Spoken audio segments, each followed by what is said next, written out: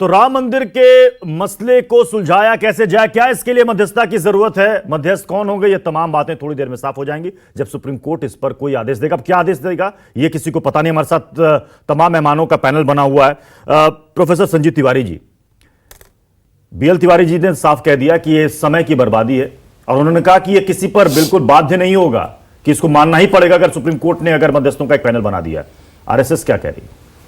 देखिए, स्पष्ट है कि यह एक टाइटल सूट है जिसमें जिसमें स्पष्ट रूप से गया दोनों जो अलग अलग पार्टियां हैं वो गई हैं कि यह जमीन का जो टुकड़ा है तो दूसरे पक्ष के लिए वो जमीन का टुकड़ा है, परंतु हमारे लिए वह आस्था का केंद्र है, वह राष्ट्रीय सम्मान की बात है और इसलिए इसको किसी प्रकार से मध्यस्थता, इसमें किसी प्रकार की कॉम्प्रोमाइज नहीं हो सकती है।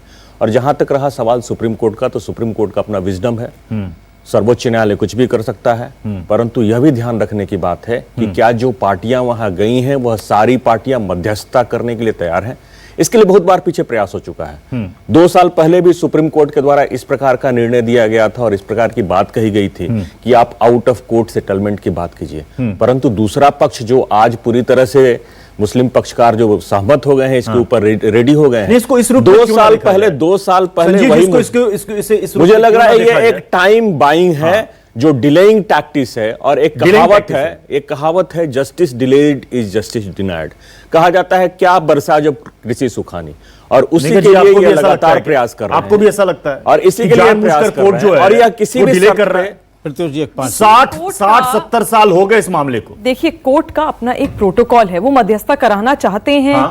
हमारा पक्ष कल भी सेम था और आज भी सेम है। जैसे हमारे मित्र ने कहा कि ये हमारे लिए एक सांस्कृतिक मुद्दा है, ये हमारे लिए राजनीतिक नहीं है, ये हमारे लोगों की, हिंदुस्तान की जनता के लिए आस्था का विषय है, धारणा का विषय है। हमारा कल भी पक्ष वही था और आज भी पक्ष वही है कि हम उस पर राम मंदिर हमने कहा था बनेगा और बनवाएंगे। कितने समय से सुनते चले आ रहे हैं। देखिए सुप्रीम कोर्ट में केस चल रहा है। अगर वो कहते हैं प्रोटोकॉल फॉलो करने के लिए कि मीडिएशन कराई जाए, तब भी हमारा पक्ष यही रहेगा। मध्यस्थता होनी चाहिए, नहीं होनी चाहिए। देखिए, वैसे तो सही बात है, टाइम वेस्टिंग है, क्योंकि कहना 8 हफ्ते तो अनुवाद में लग जाएंगे दस्तावेजों को, क्यों ना इस समय का इस्तेमाल कर लिया जाए। देखिए, मध्यस्थता कराने का मतलब तब बनता है जब दोनों पक्ष आपसी सहमति से कोई उसका रिजल्ट लाना चाहें। यहां पे तो कोई रिजल्ट आना ही नहीं चाह रहा ना, क्योंकि अगर आप देखें तो एक विदेशी लीडर, एक विदेशी मुसलमान लीडर बाबर हिंदुस्तान में आकर हिंदुओं का मंदिर, राम मंदिर तोड़ देता है सिर्फ और सिर्फ अपनी एक्सट्रीमिस्ट सोच को उजागर करने के लिए। और आप यहां कह रहे कि मध्यस्थता करे, क्यों भाई?